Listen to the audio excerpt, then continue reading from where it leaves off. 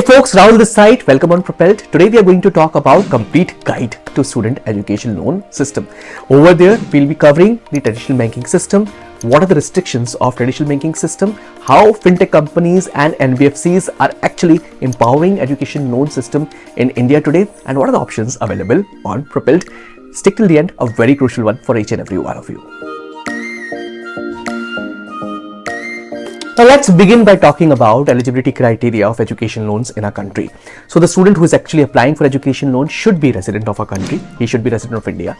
He should have confirmed admission to a required education institution that can be in India or in abroad. Age limit should actually fall within the bracket of 18 years to 35 years. However, there is no maximum capping over here. The capping is being capped by the banks. The applicant should have secured admission to a college or to a university affiliated with Universities Grant Commission or India Council for Technical Education or any government authorized body. Students pursuing full courses need to have a co-applicant who can be either a parent or guardian or spouse or parent-in-law in case of merit candidates. This co-applicant must have a regular flow of income.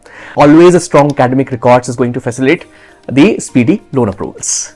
We're going to talk about the existing pathway that's being followed by the traditional banking system for giving you the education loan, for which you need to apply for the education loan, and following is the set of documents that are required for securing loan from the banks.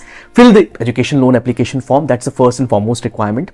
Then in-person discussion or interview would be conducted by those bank officials. They're going to call the student. They would be asking a lot of questions related to your past academic profile, the college you're going to take admission in.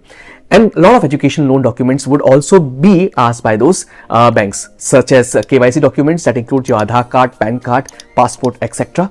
Payslips, ITR form 16 of the co-applicant who is actually joining for that particular loan, and security documents in the form of a registration deed as well as mortgage deeds, etc.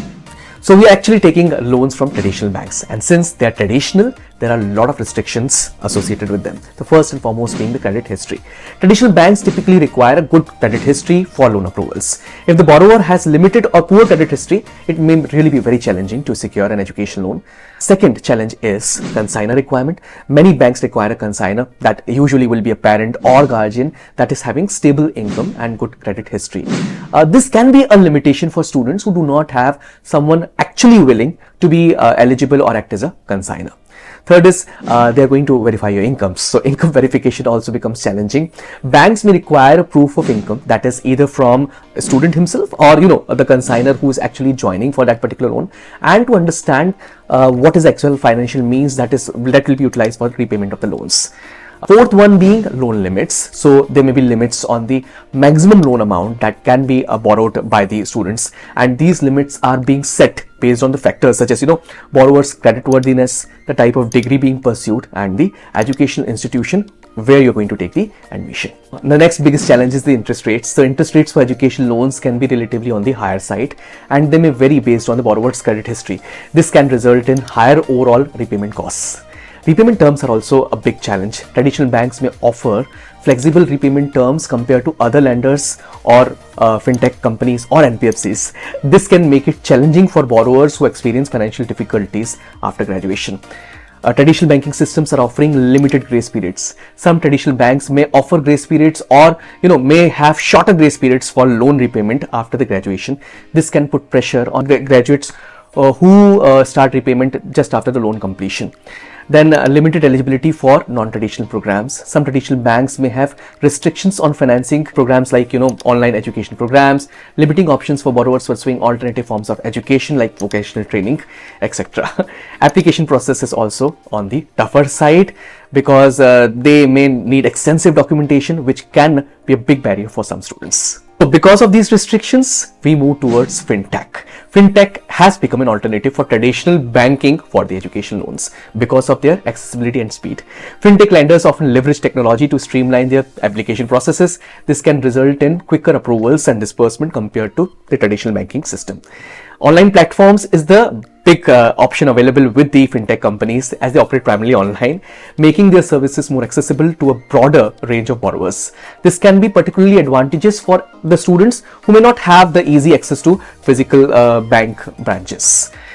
they completely have the data-driven approvals. So fintech lenders may use this innovative algorithms also and alternative data sources for credit assessments, unlike traditional banking systems. This can provide opportunity for individuals that are having limited credit histories to secure loans based on all these factors, such as academic performance or potential future income. So beyond fintechs, non-banking financial companies also offer education loans. NBFCs provide education loan covering tuition, accommodation and related expenses. The eligibility criteria, loan amounts and interest rates may vary depending on academic records and repayment capacity.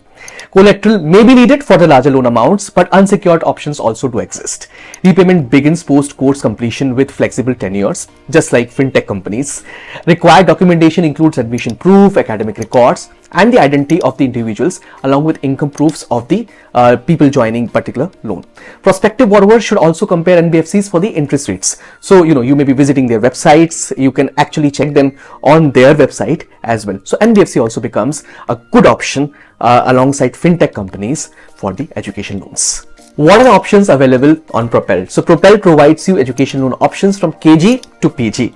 They provide you options for education loans for schools, for college or university you're taking admission in. They also provide you education loan for the coaching. So if you want to take coachings for IIT, NEET and other professional courses, Propel is there for you. Last but not the least, if you are actually taking a loan for some upskilling process, Propel is there for you. These options are provided with some unique USPs. They provide you customized loan products. So Propel may tailor loan products to suit the specific needs of the students, including different repayment options and the interest rates. The application process for these education loans is going to be completely digital in nature. So they employ a digital and streamlined application process, allowing students to apply for loans online, and for many of the loans there would not be any requirement of the collaterals as well. So Propel often offer unsecured loans, eliminating the need for collaterals. So this was all in this particular episode. In next one, we are going to talk something more important about education loan system. Subscribe Propel right now and do come for the next session as well.